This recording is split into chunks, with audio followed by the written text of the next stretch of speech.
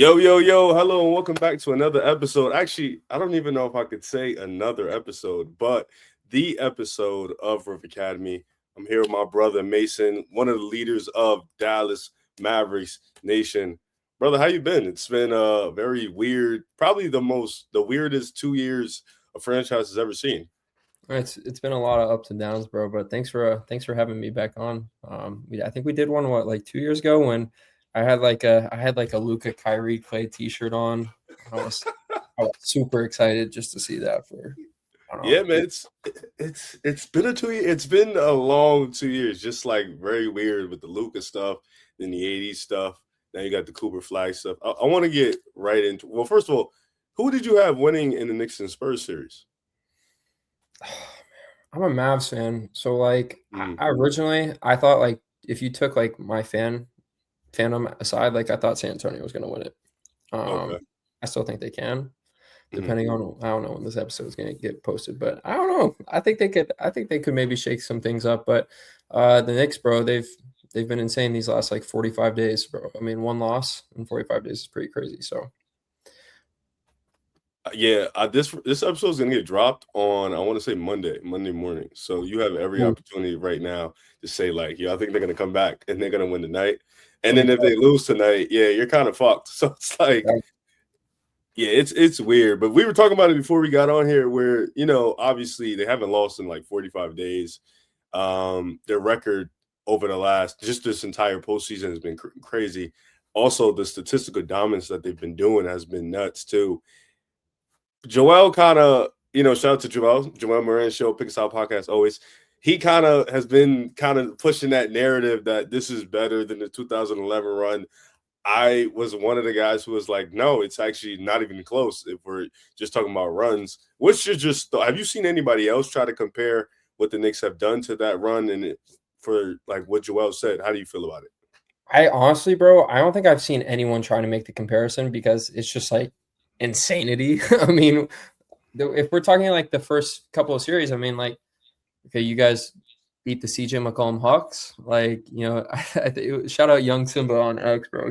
He's a funny guy, but he replied to me responding to Joel. He was like, I mean, they went through the CJ McCollum Hawks and James Harden Cavs, and I know Joel's gonna hype up the Cavs because he's a Harden guy, but um, also saw some crazy Harden news just now, but Facts, yeah, facts. that's crazy. But I don't know. I just don't think like they're remotely. Oh shoot, I don't think they're remotely close.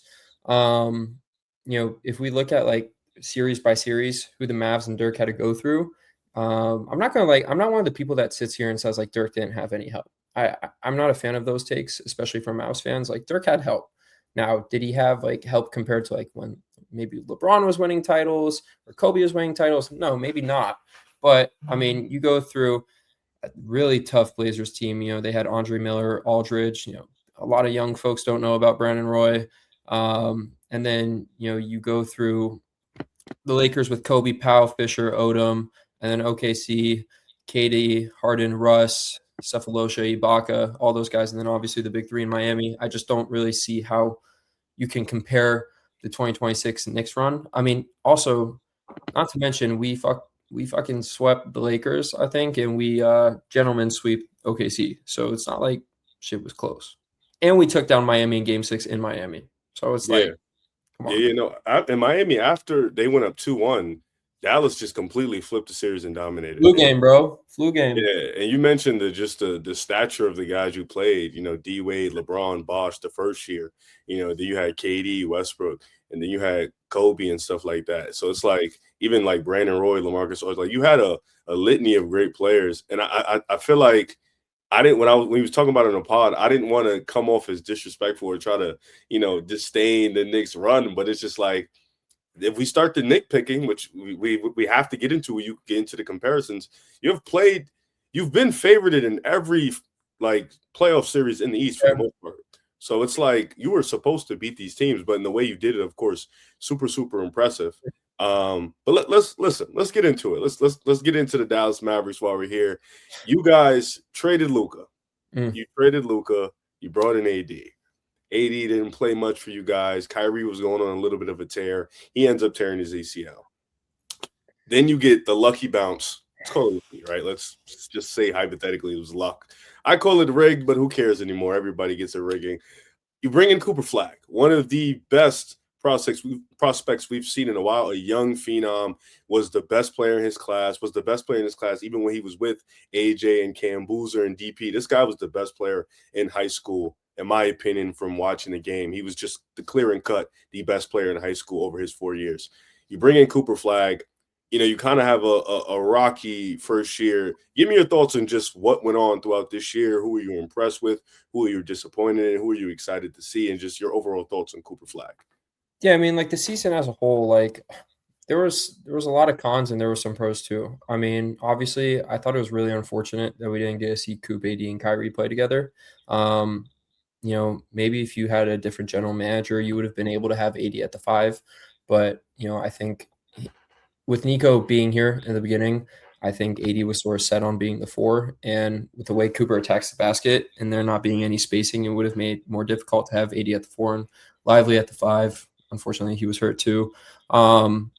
So, I mean, that itself was a con that we weren't able to see that trio because I was really excited. I mean, I think a healthy Mavericks team would have easily made the playoffs. I think they would have made some noise. It's funny if you go look at the ESPN preseason predictions. Like some people had the Mavericks going to the finals, some people had them making the playoffs, and the Spurs were a playing team in those predictions. So obviously, anything can shake up, but the potential that this season could have been through the roof, but we hit the ground. In regards to guys I was impressed with, obviously Coop, Najee Marshall was someone who really stood out this year.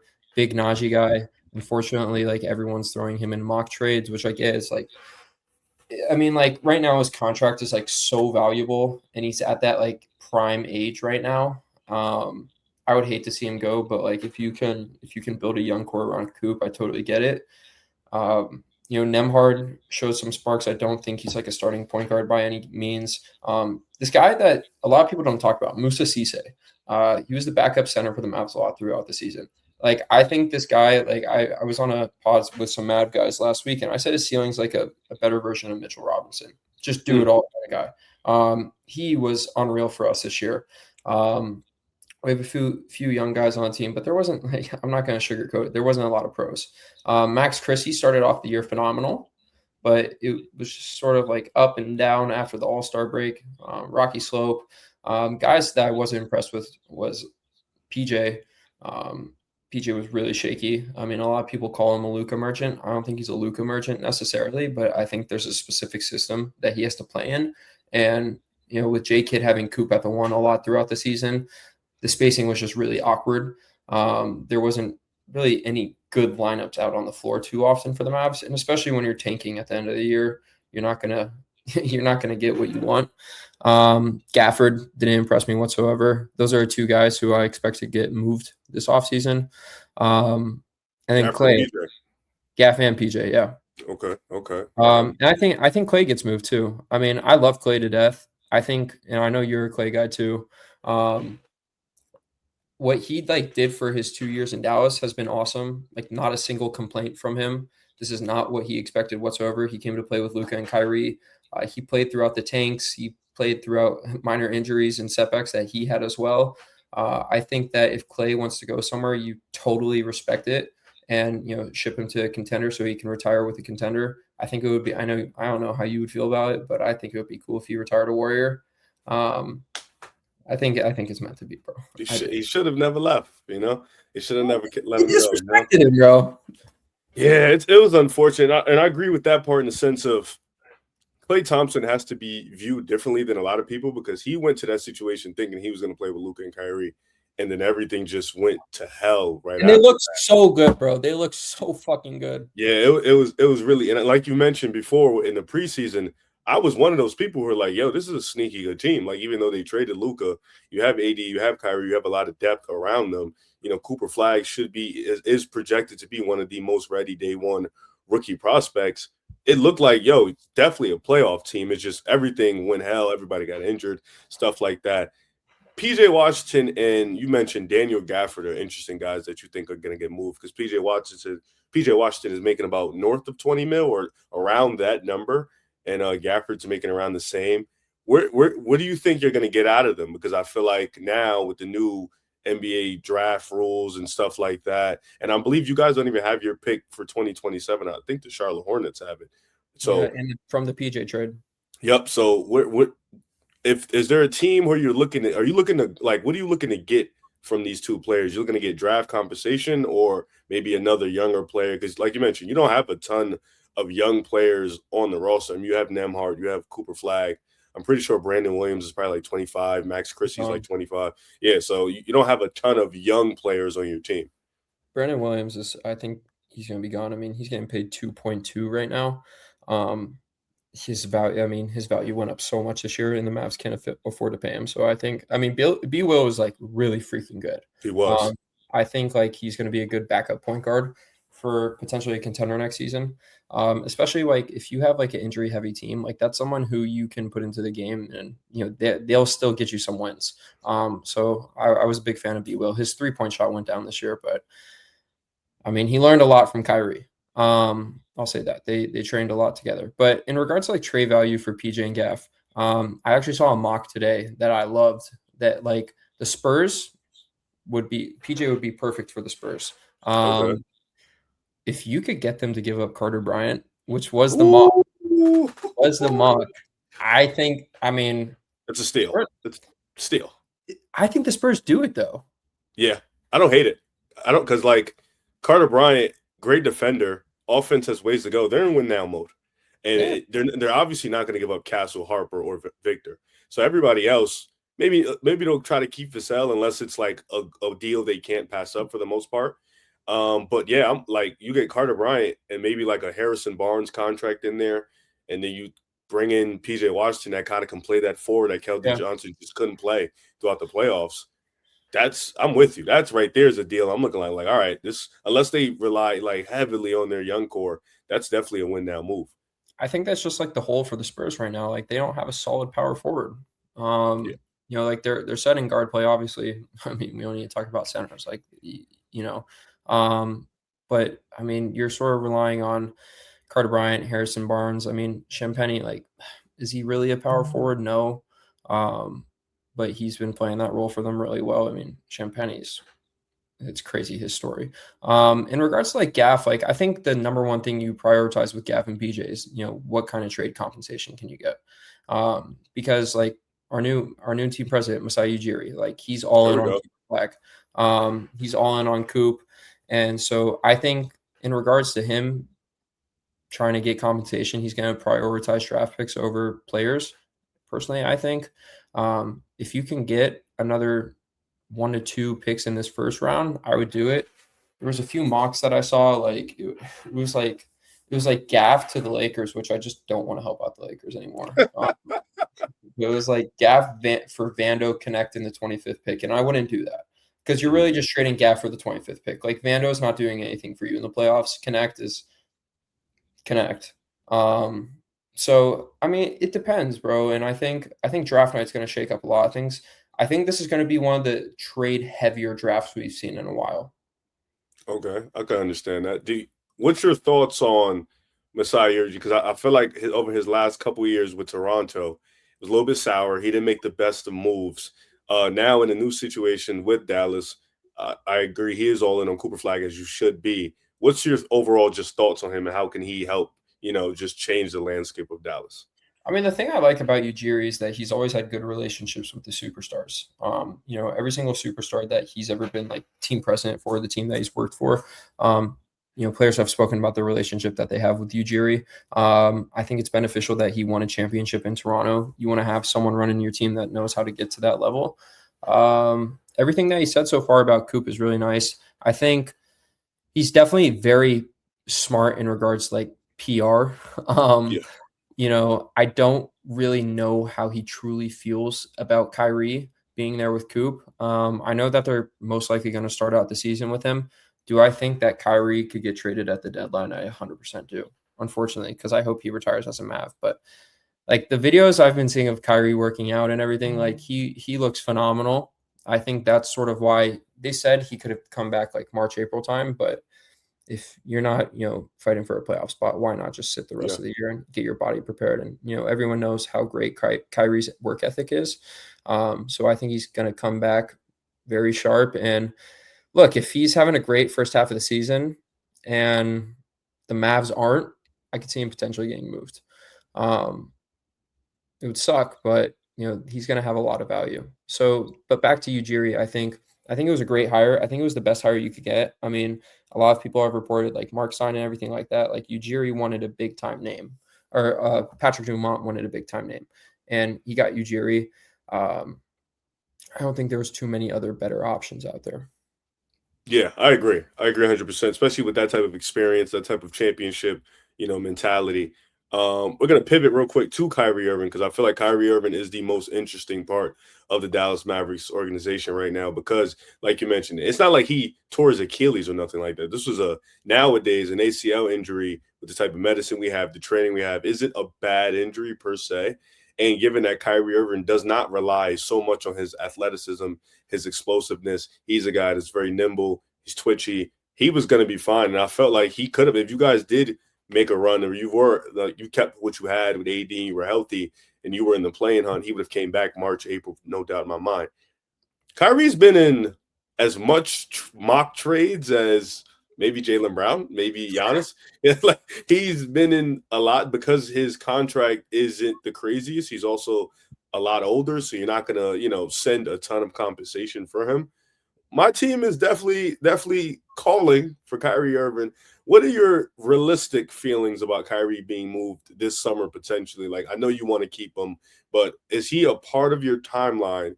Because I know he's up there for age. He's about 35, 34 years old. Yeah. You guys have Cooper Flag. So what's just your overall realistic thoughts on Kyrie if he'll stay on the roster? Can he get traded for the right price? And what would the right price look like for you?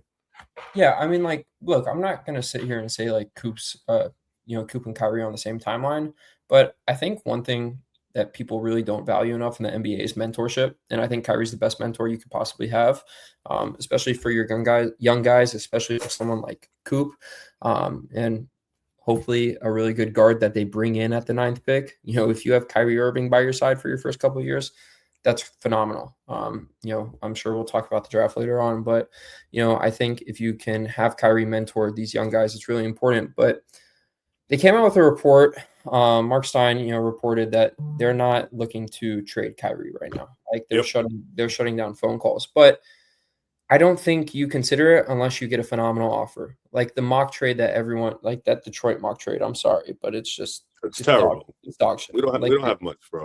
Yeah, like no, I'm sorry. No one fucking wants Ron Holland right now. I don't want Ron Holland. So yeah, and like I don't want Duncan Robinson either. I don't want a shitty first round pick. Like, unless someone throws something crazy at you, like, not that Detroit would ever do this, but like if they threw like an Asar at you or something, just something that you can't say no. Okay, bye. Like, see you later. But we're not just giving up Kyrie for nothing. And the thing is no one knows, like, no one has a set idea of what his value should really be. I mean, realistically, like, I could hype up that he's going to come back perfect and everything like that. But to be my own devil's advocate, like, he was just out for a year. So it's like, okay, maybe he does come back a little shaky. Maybe it's not the same Kyrie. Maybe he's changed. So it's like no one can really tell what his value is right now. One mock trade that's really intrigued me, that a lot of people hate on me for, but like if Houston added a package with something valuable with Reed Shepherd in it, I would definitely be very interested. I mean, I think Reed has a lot of potential. I know he struggled in the playoffs this year, but man, dude, I remember I had the stat pulled up a few days ago. I think it was like 7 to 9 attempts he shot in the regular season from 3 and shot it like at 39% clip. You have to get shooters around Cooper. You have to. That's like a non-negotiable. I mean, the guy's an insane facilitator for a teenager. You can't waste any more years with him. So it's like either you're all in on Kyrie and you believe in him, or you go get young talent to surround around Coop. But I don't think they should trade him right now. Yeah, I like that you brought up Houston because the 3 teams that I thought, because like you mentioned, you have to find, not only do you have to know what you want, but you also have to find teams that want what you want, want what you have. And Houston, Minnesota, Detroit are like one of the 3 few teams that, especially for a contender, that's going to want Kyrie. And I look at Minnesota, I don't think you want Julius Randle. I know we were talking about this on the pod the other day. Like it would be a Randle for Kyrie swap. And I was just thinking, like, why would Dallas want Julius Randle? Like it just, especially with Cooper Flag there, Exactly. it doesn't make sense. And then Detroit, I would love Kyrie Irving, but I don't know if guys. Unless we're sending 3 first-round picks, which I don't think we are because we value drafting and going the right way. Yeah. We don't have enough assets to really go get Kyrie. And then in Houston, you brought it up. Reed Shepard is intriguing because, like you mentioned, shooting is important. It's also important and essential for that roster, but they need a guard. They need a lead guard. And maybe a package around Fred VanVleet and Reed Shepard can get the job done, with the added first-round pick. That brings in another veteran. Like you mentioned, veteranship is important. Fred is a vet in this league, a really good one. Teammates have talked highly of him. You bring in a sniper like Reed Shepard and another first-round pick, and you're looking like, all right, this isn't terrible. That's probably the best ideal package for you guys for Kyrie Irving. But like you mentioned, we don't know what he's going to look like, and I think that's the scary part. I just thought of I don't even know if the money would work, but I wonder if Houston would do it. I don't think they would. Would you do? If you were Houston, would you do Kyrie for obviously like potentially other assets in it, like trade picks and stuff, but like something centered around Kyrie for like I don't even know, it would be VanVleet or Reed. It would probably have to be like VanVleet and Sengun or something like that. So you would want Sengun, Kyrie and Gafford. I mean, I think the money does work because Sengun's making like 35. Yeah, so the money would work. I don't know how much. Fred makes 25. Or 20. It's either 25 or 20. Kyrie's at 36 and Gaff's at 18, I think. So the money would work. You would do that? You would want Sengun? His PR's in the mud right now. Yeah, his PR's in the mud. I don't know. It's just something to throw out. Now, Minnesota, if they somehow, Masai, I'd buy a Masai jersey if he was able to get JD or JM. I want him, but I don't think they would give him up. I don't think Anthony Edwards would let it even happen. No, I think the most you can get out of that is maybe Naz Reid. Maybe Naz Reid. Are you a Naz Reid guy since he's Jersey? I definitely I don't what does that mean? Like you have to explain what does that mean? You're a Jersey guy. Yeah, I'm happy for him. But you're not like a Naz Reid fan. No. I'm just happy that he made it. Happy that he put on for Jersey. I'm not really honestly on my resume. I don't really have a Jersey player. Really? No. You're not a Harper fan? I see. What we do on the podcast is we'll pick our guys, and I was a Harper fan because I watch high school. That's what I thought. I thought you were a Harper guy. I remember. But then Drew wanted Harper. He was beasting for Harper, so I was like, all right, you can take Harper, and I'll take somebody else. So because we don't like to have the same guy. So I'm like, all right, because I remember during the Wemby draft, he wasn't a Wemby fan at first. He was a Scoot guy, and I think Joel was a B Miller guy. So I was like, all right, I'm a Thompson twin. We could just stick where we're at. So that's how we usually do it. So I gave him Harper. But I do like Harper. I like Harper a lot. But I'm not going to say I'm a fan. He do remind me of Cade, though. So, that's where, he remind me a little bit of Cade.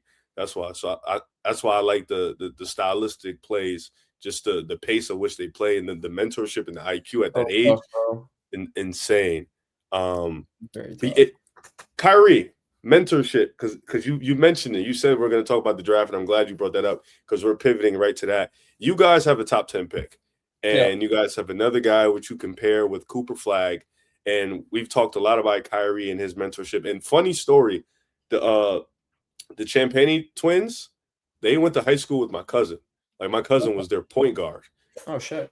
Yeah. So they're pretty cool, and my cousin's actually really cool with Kyrie Irving. He was on the stream one time. And their friends, So who do you want? Let's say hypothetically, you get Kyrie for the full year, right? The full next year. Who do you want Kyrie mentoring in that draft? Out of the point guards, who do you want to mentor? Who do you feel like is the best guy to pair with Cooper Flag? Dude, it's so difficult because every single time I say I want this player to be on the Mavs, come draft night, it's never that player. This 5 to 9 gap in the draft is so fucking unpredictable. You don't know, is Brooklyn actually gonna try to get Nate Met? I would hope not, right? I would hope so. I don't know, bro. They got too many. So. Oh yeah, for you, yeah, of course. Like you're through the moon, but like Brooklyn, we can't do this again. There's no way they're picking another project. I don't. It sounds like it's like serious consideration. Yeah. Oh my Like God, is Atlanta gonna go Ademara at 8? Like you don't know. And the more like those are the two teams right there that could potentially not go the guard route. So it's like if they don't go the guard route, okay, you are most likely going to have Burries available at 9. I think he's the safest out of all the guards. I think that's the safest pick. Does he have the most potential? No, but I think like that's someone who down the line can give you like it's a high standard to set, but like he could give you that Derek White kind of role. Can he be as good as him? I don't know, but like that kind of role. In regards to like which out of all those guards, the two that I am the most high on are Michael Brown Jr. and Keaton Wagler. I'm not a Kingston guy, and I've been getting shit on it from why? Explain that to me. Why am I not a Kingston guy? Mm-hmm. I just don't think his game fits the NBA. I watched a lot of Houston in the second half of the season. I feel like I don't think his build fits the NBA whatsoever. I mean, sure, you could come to Texas and eat some of the Texas barbecue and gain a few pounds, but I don't necessarily think like I see the Fox similar. Like people always compare him to Fox. I don't think he's De'Aaron Fox whatsoever. I think he's not as quick at all. Not at all. Like that. Like you have to be freaky fucking fast to be compared to De'Aaron Fox. I just think that Michael Brown Jr.'s body fits the NBA more. I think Keaton Wagler's body fits the NBA more. I'm a fan of tall guards nowadays. And I mean, just go watch Keaton Wagler film. He moves so similar to Shea. Like I literally think they are very similar players. Now, is he going to be as good as Shea? Probably fucking not. Like, just being honest. But I'm not a Kingston guy. I think people hate on Acuff too much. I think he's going to be really good in the NBA. I mean, sure, the defense is going to improve a little. His PR is sort of down the roof after he did that Draymond podcast. I don't know why he said all that shit. I couldn't tell you why he said all that shit. That was ridiculous. But I think Acuff's going to be like a sneaky rookie of the year candidate. But Mavs need someone who can guard. They need defense. They need shooters. And I think I would do anything for Michael, but everyone's reporting that he could go at 5 now to LA. Yeah, you guys have 9, right? If I'm not mistaken. Yeah, and Mark Stein did just report. Shout out Stein. I mean, the guy's literally a Mavs guru when it comes to the news and everything. He's very tapped in.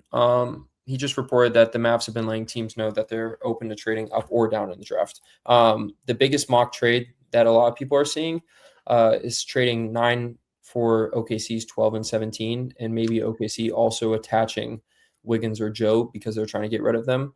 I saw one where it was Wiggins, Joe, 12, 17 for 9 and PJ. Yeah. Let's stop helping the OKC Thunder, please.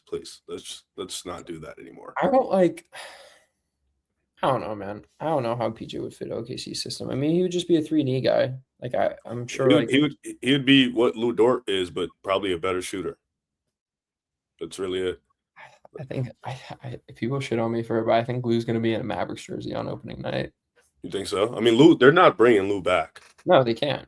Yeah, they're just not doing it. And I don't think you can with the playoffs the way he just was in the playoffs. It's just his time is done. That's interesting though, because I'm looking at a team like Charlotte, who's a potential move-up candidate. They have like 14 and 18, right? Yeah, so maybe those two you can package those, can maybe move up in the draft. I'm looking at a team like give us our pick back too. A team like the Clippers who are open to moving down, and they have 5. So if you really want Mikel, like if that's your guy, I would be calling the Clippers. You mentioned it though. 5 to 9 is interesting because if I'm not mistaken, the Kings need a point guard. Brooklyn needs everything. And they're in the mix for that. So like I look at the Kings, I don't and this is me maybe just being dumb because the Kings always do the opposite of what they should do. But there's just no reason why the Kings should take anything other than a point guard. Like I think the Acuff jerseys are already being printed out in Sacramento. Yeah, and if Mikel falls, Mikel's there too for them. I just think point guard Kings there's no other way they go. And I think Atlanta, it's going to be point guard or center. It depends, because I could see a Keaton Wagler going to Atlanta. He fits exactly what they want to do, 6'6" size next to Dyson, or AD Mara. But I think Mara could maybe go to the Clippers because they don't have a 5. So you're right. Like, I didn't think about that. That's Clippers get it. Now he may not be 5 worthy, but they need a 5. They need a center. Trade back, yeah. And that's why I think Clippers are more reluctant. They're more hesitant, not hesitant. They're more open to trading back than any other team in the top 10. You mentioned something, though, because you said that OKC pick. I wouldn't hate you guys trading back and being able to grab Phylon. I really wouldn't. That's Phylon, my guy, bro. I love Phylon. 6'4", long arms, smooth. Like, he's getting super underrated in this draft. Even the Berries, I like Berries too, because like you said, he's super safe and he can give you a little bit of everything. He's not elite at anything, but he's really good at a lot of the things you need for a guard. But I'm thinking like getting a Phylon and just being okay because you've gotten more compensation and then you have another couple picks. I'm all in on that. It's just about how to draft 6, because I feel like the first 4, we know what's going to happen. Whatever the order is the order. But we know who the first 4 players are going to go off the board. Yeah, God, it would be bad if those first 4 days, like, if someone fucks that up, like, you're getting fired. The only team that fuck it up is Chicago. Yeah, oh my God, that would be so bad. Your guy Kenny would freak out probably on that one. How do you think the first 4 should go? It's funny. I was fucking around with someone about it. I was like, Carlos Boozer did play for the Bulls too. But I don't know, man. I think like everyone's sort of, look, he's unreal talent. I think like AJ's getting a little too much gas. Like, I don't think he should be like the definitive number 1 pick. Agreed. I really don't think so. I think DP has the most potential out of all of them. DP's super tough. So I mean, I would go DP. I mean, if we're like ranking the players, like I would rank them DP, AJ, Boozer, Wilson. I'm not as high on Boozer as most people are. I think he's really good. I don't know how his game's going to fully translate to the league. There was a lot of bully ball in college that he played.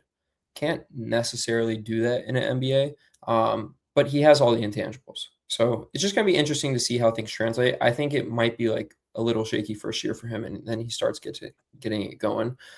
Year 2, year 3. But I like what you're saying about the Clippers trading back. I didn't really think about that. And like the thing with Phylon too is I think the only reason that Phylon is so like teen rated in these mocks is because of the fact he's a sophomore. Yeah. And I think age is such an overrated thing in the draft, because it's like if Phylon's at 13, why the fuck are some people saying that Yax is going to go in the top 10?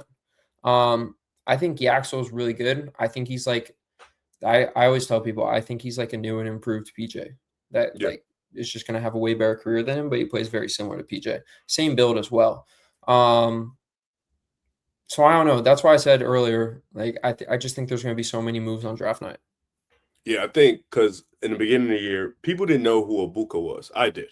He's at Stanford. Yeah, I was telling a friend of mine, like, yo, I was telling for months, watch Ibuka. Dude, he's one of those dudes. Now people are starting to come up to him. He's flying up draft boards. Phylon's kind of fell down on draft boards, and I really don't know why, because I feel like he's definitely one of the more consistent shooters out of the point guards.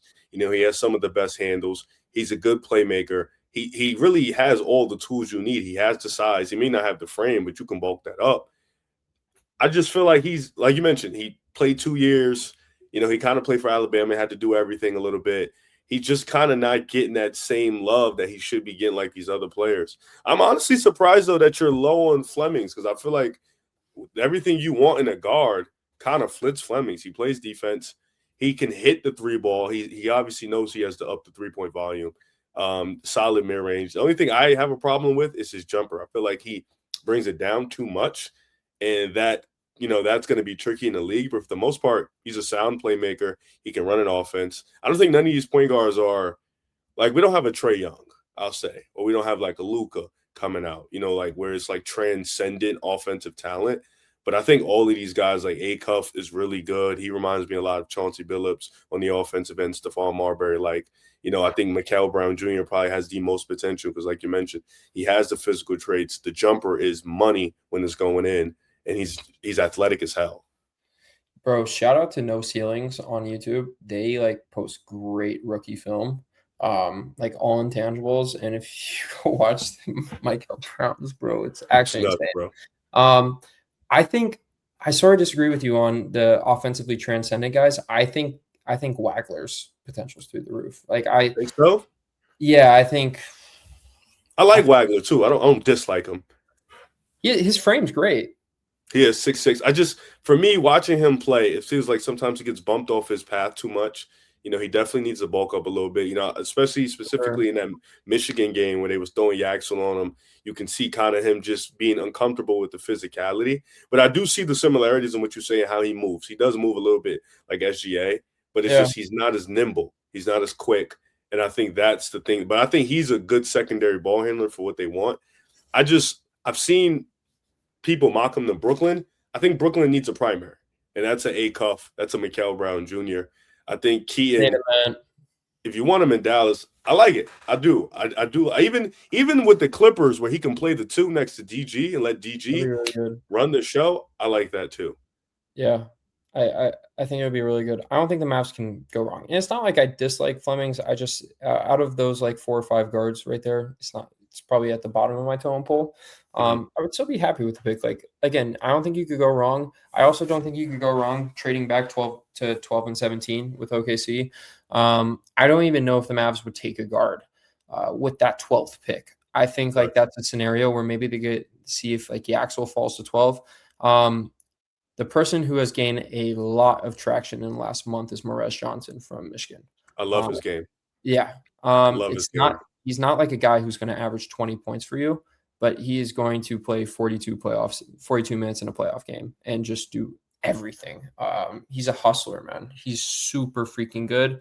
You want to go, I don't even call him small, but like if you want to play a smaller-esque small ball 5, like that's someone who you can have at the 5. He was playing the 5 a lot when Mara was on the bench at Michigan. So that's something that would fit really well. And then at 17, like if you take the one of like Morez or Yaxel at 12, like at 17, like maybe Phylon does go down there.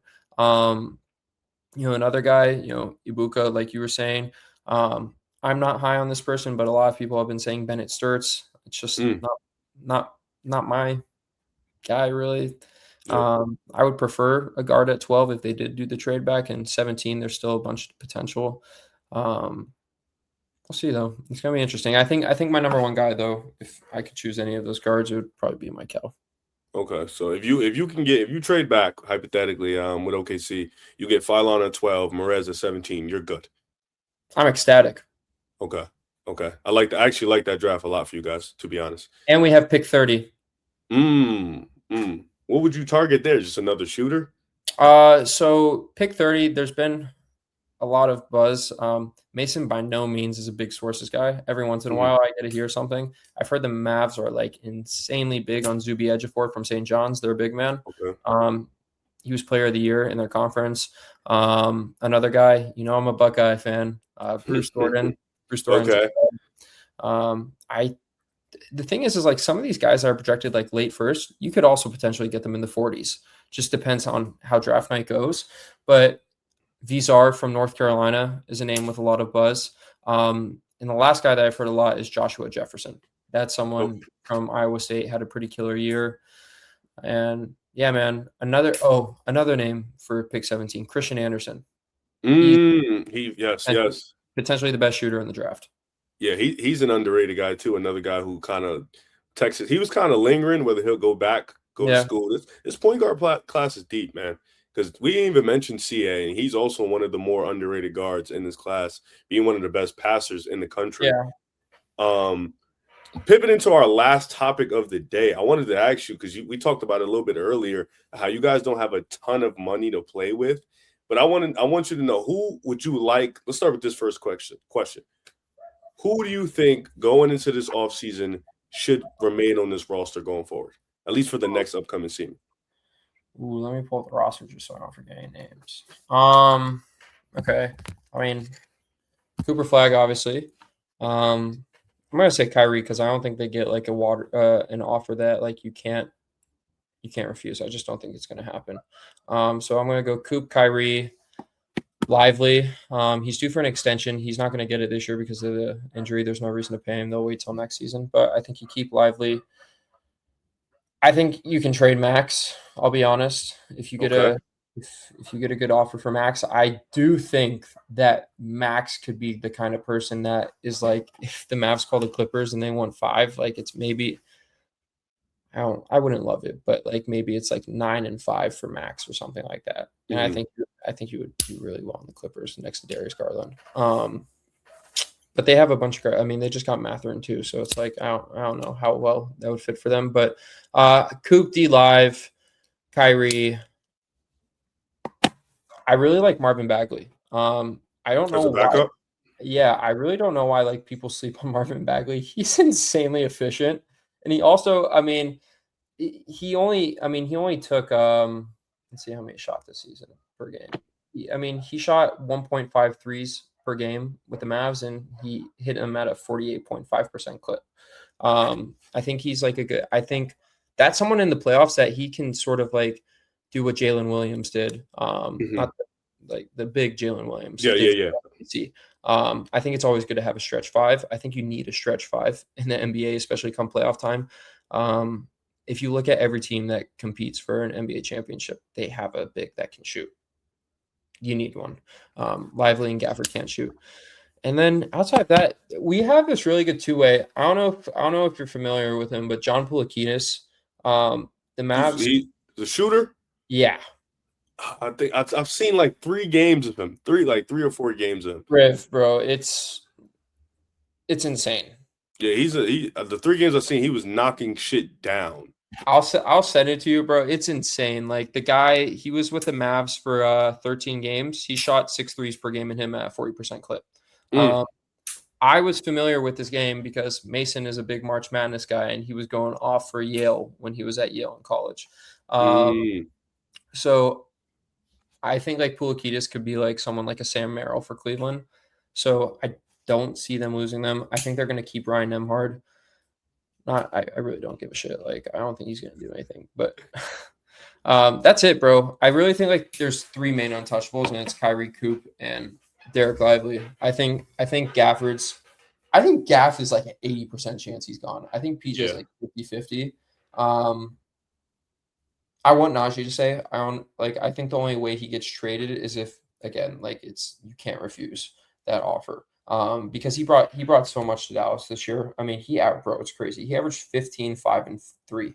The 3 ball is still a little shaky. The whole reason we sort of signed him that year after we had our finals run was because he shot like 39% from 3 with New Orleans. This year he only shot 30, which is pretty shitty. So I mean, that's the only negative about Najee. I mean, he's a really solid POA defender. Best floater in the NBA, maybe history of NBA. I'll debate it, bro.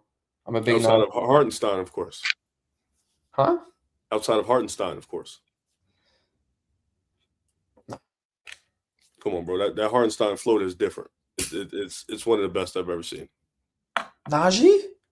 Dude, Hartenstein shit. He shot that shit over Wemby, bro.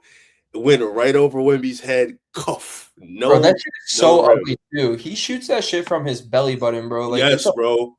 It's unorthodox. It shouldn't go in. It's like cash every time. Every time. It is. You're right. Him and Najee. Maybe he's a tie. What's your thoughts though on, because Derek Lively damn near missed the entire season with the foot injury, bro? Like, what's going on with that? Derek Lively is like one of my all-time favorite Mavs. Like, I would genuinely like. There's players like you're like, damn, he got traded. Like, I would be really sad if he got moved. Like, that would suck. He's the man, bro.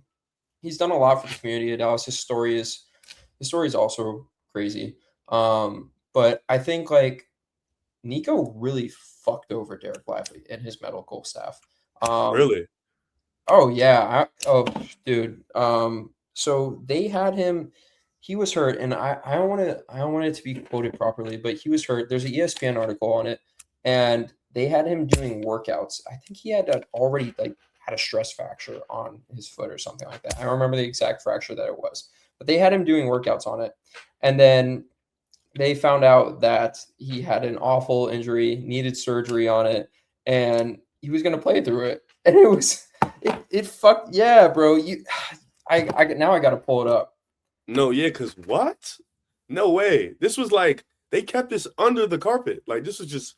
Nah, this was public. Was it? Yeah. I mean, like, Tim McMahon wrote a whole article on it. That's why they fired a bunch of their medical staff. I remember that coming out where they just came out and they just fired a bunch of guys. Wow, yeah. Man, it was because of Derek Lively. That's crazy. Because he missed the entire year with that foot injury. Here, I'm pulling it up right now. Yeah, he played. I think he played like 7 games. It was like the first 7, I think, and that was it. Yeah, I can't. Okay, so suffered an ankle injury that was initially misdiagnosed as a regular ankle sprain, though he had actually sustained a stress fracture. During his rehabilitation, a heated confrontation occurred between members of the Mavericks training staff and medical personnel. A former strength coach reportedly put Lively through an intense return to play workout. However, trainer Johan Billsborough intervened and had concerns, preventing Lively from practicing or returning to play, and sent him for a CT scan, which correctly revealed the stress fracture. How do you miss that? Like, that doesn't even. Wow. Yeah, I'm glad they got fired. With all due respect. So yeah, man. I think like his recovery process has been like brutal. He was in an interview recently. He said he's like slowly ramping things up still and everything like that. He was like in crutches and had a cane for a while. Now I think he's out of his boot right now. He's going to be ready to go by next season, supposedly. We'll see what it looks like. It's funny, bro. Like, people will tweet all the time, like Dylan Harper, like, we've never seen a rookie do this on a playoff run. I'm like, bro, did y'all not fucking watch Derek Lively in the playoffs, bro? Because that shit looked like he was in year 10. It was insane. He looked great, bro. He looked great. And I don't think he's a Luka merchant. Like, when Luka got traded, he put up a career high against, I believe it was Portland. Like, his touch around the rim, his paws is really nice. Can kick out the shooters. I mean, his chemistry with Klay is through the roof. It's something I remember that you and I were talking about when we recorded that episode a few years back. But he's a stud, man, and I really hope that he can be fully recovered for the season, because I mean, Coop's I know you watched a lot of Coop this year, and I know you watched a lot of Coop in college, and he loves a good lob threat on his team. And him and Maluach was great in college. Like, when they were on the floor, they were awesome. And Lively being called the Luka merchant without even getting the chance to show he's not was kind of crazy, because he literally got hurt the very next season. And I feel like that was what was giving Dallas kind of that excitement was, okay, you have Luka, you have Kyrie, Lively's a rookie playing like this. It kind of gave you that notion like, yo, we can get back here again, or at least get to the WCF. We would have won it, bro. We would have won it. Nico was like, nah, we're not doing that. Nico said, we're not doing that no more. I want AD. You would have won what, bro? You would have won what? I'm asking, what are you saying? You would have won what? We would have won it last year. Oh, last year? Yeah. Who the fuck is stopping that, bro? Oh man, y'all would be OKC last year? I'm asking. Bro. Luka, Kyrie, Klay, PJ, and Lively starting lineup. Fire. All right. Now we have a fucking, a lottery team starting lineup off our bench, because we have you got Quentin Grimes, who was cooking in Dallas. You got Najee, you got Gaff. And Gaff fit perfectly with Luka. Who else? I'm spacing on. You missing like 2 players. I'm trying to think. I am. Who's our backup? Chrissy wasn't on the roster yet. He was the AD trade. I don't remember. Damn, I'm trying to think. It's important, people.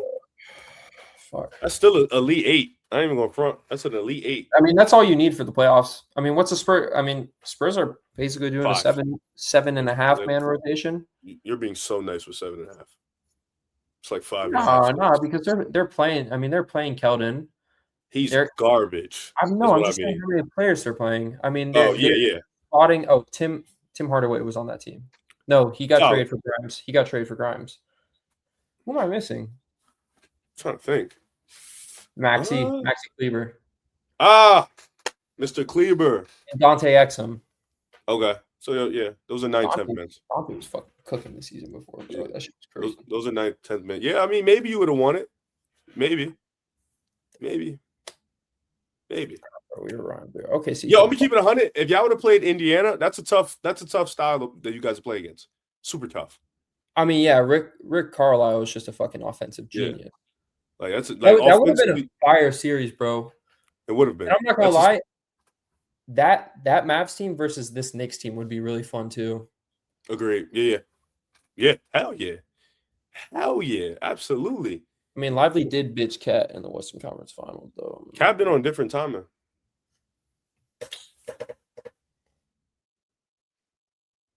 And OG right now, the way he's playing, boy, oh my God. Yeah, bro, he looks like PJ. He looks better than PJ because he can guard everybody, like everybody on the floor. Everybody. PJ was sitting on Shea, bro. OG is sitting on Wemby. Like, you know how crazy that is, bro? But I'm not gonna lie, like, there are a bunch of guards that sit on pause, bro. Like, they do. Like, Caruso, like, I mean, I know we're talking about, like, elite defenders, but, like, I don't know. I mean, I've debated with people that maybe it is better having a guard on Wemby than it is having a big. Definitely a wing, for sure. No, a big, it depends on the big, you know? Like, it really does. Yeah. If you got a wing that's just as physical, I feel like it works. But if it's not that, then you're kind of screwed in the way you are. But I will say, in terms of the Mavericks, I'm excited to see you guys draft because I want to see you guys get back to contention. I don't have any ill will towards Dallas. I love Cooper Flag. You guys picked up an idiot and he fucked you guys over. That's really it because I think like there's nobody in this world who thought Luka was ever going to leave Dallas or at least get traded. If he was going to leave, it was going to be free agency. And you guys were asked for like the past 3 seasons, but to get traded, you don't trade a player like that. It just it doesn't make sense, bro. I'm looking forward to the future, bro. I think someone asked me that was like, would you trade Coop for Luka? I was like, fuck no. What are you talking about, bro? He's 19. I think he just turned 19. Yeah, he did. I don't know, bro. Coop's gonna be an all-timer, bro. He is. Yeah, I'm excited. But listen, Mason, thank you for coming up here with me. I super appreciate you, bro. Any last words that you want to get out? Anything that you want to say? And definitely tag everything that you need to tag. Yeah, man. It's just at Nation MFFL for everything. I know you're sticking with like one team now, bro, but I remember like when back in the day you used to post like you had 18 teams that you were rooting for, and Dallas was like one of the top 5, top 6 ones, and now it's like not messing with us anymore, so it hurts. Yeah, I just I was contemplating. I was sitting one day and I'm like, yo, are we in consideration for what? You're like one team? Nah. It was the top 3 were Golden State, Detroit, and Cleveland. It really should be Golden State, bro. It should be. And here's why I'm gonna say it's not. Here's why I caught because it came down to those last 2. So first it was how many favorite players do I have on the team? For Dallas, I only had like favorites. I only had one. It was Coop. Love Coop. But I liked what I was doing prior. But Cleveland, Detroit, I had a litany of guys on there. Like Cleveland, I got my boys over there. Yeah. Then they traded DG. So I was like, wait. This shit getting easier. Like I could just snip. So for Golden State, it was like, I love Steph. Nobody loves Steph more than me, but he's about to go. So I'm not about to be a fan of them niggas, and Steph's gone. So it was Detroit. It was the easiest. I ride for them the most. Cade been my guy. Asar been my guy. Durham was my guy. I was even a Sadiq Bey fan when he first got there. So I was like, yo, these are my guys. Like I was watching them when they had 10 wins. I'm like, where Cade's from? He is from Dallas. He's from Texas. He loves Texas. See you in 2028, Brody. You think he's gonna come to Dallas? He'll be fire. I think he just got some owner. He also just like purchased some ownership in like the Texas Rangers or something. It would be dope. Cade and Coop. Oh my God. I mean, Hey, yeah, man, they say they be recruiting on Team USA all the time, and we know they're going to be on Team USA together. 2028? Is that 2028? Yeah, they'll be on Team USA together for sure. Cooper gonna make it? That's a joke, right? I'm asking. I don't know. I know we gonna make it. I don't. I'm asking you. He said we. What? We're gonna be the starting point guard. I'm asking for you though. Or is Cooper gonna be there? It's a lot of guys. You don't think Cooper would make it? Bro, I'm asking you a question and you're assuming 100%. I'm saying that. All right, 100%. I'm just asking the question. Oh wait, now I want to ask. You don't think? Nah, I mean like Tatum gonna be there, right? I'm just looking about his position. Tatum gonna be there. Damn, you're right. He might. I'm trying to think. Who else gonna be there? I mean, JB will probably be there. Who? Jaylen Brown. Good God, no. Jaylen Brown is not making no. What's the name? He don't got the game for it. We like unselfish players. Okay, then Cooper Flag's your starting 3. Ooh, over Tatum? We gotta stop. We gotta stop. We gotta stop. Tatum really one of them ones. AJ might be there too. Okay, we're talking 2 years from now, bro. Let's look at the leap that Wemby took. I know we were supposed to wrap up, but look at the leap that Wemby took from year 1 to year 3. Okay. And look what Coop did in year 1. Anomaly. Look what Coop did in year 1, bro. I can't, bro. No, you're comparing an anomaly. You're comparing an anomaly. This dude, 7'6", anomaly. Is Cooper Flag not the second best generational prospect that we've seen in a very long time? Second best? Well, LeBron. I saw LeBron. That's a very long time, bro. Brown got drafted when I came out the womb, bro. Like I was around, so I'm saying I've seen LeBron. So this would be the third best for me. This would be third. Wait, I think that's debatable though. You think Braun was definitely a better prospect than Coop? He came out of high school, bro. I really can't really even you know what I'm saying? Cooper reclassified. Went to college. But Braun came out of high school, had no experience playing in college, and just dominated. But we're talking about prospect. Oh, well, prospect. I'm gonna say prospect. Yes, LeBron, because the athletically gifted he was crazy. No, don't say we're not about to say Cooper on the same athletic train. We're not. What? And I love Cooper. We're not. And I love Cooper. We're not gonna do that. We're not. We're just not. They're not. It's okay. It's okay. Coop is 3. It's okay. We're not gonna do that. We can't. Same athletic. The way Braun can get up and down the floor, the speed, the strength. What are we doing? What?